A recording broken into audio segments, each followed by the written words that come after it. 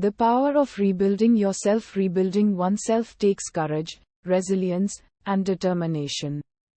Courage, resilience, determination. It involves self-reflection, seeking support, setting goals. Through this process, broken individuals can emerge as stronger, more empowered individuals. The journey of rebuilding oneself is not easy, but it can lead to profound transformation and strength.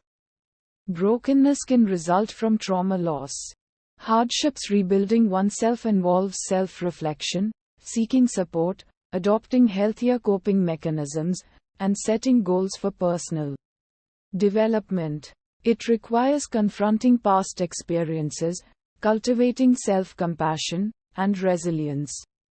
Confront past experiences, cultivating self-compassion, resilience. Rebuilding oneself leads to a newfound sense of purpose, self-awareness, and inner fortitude.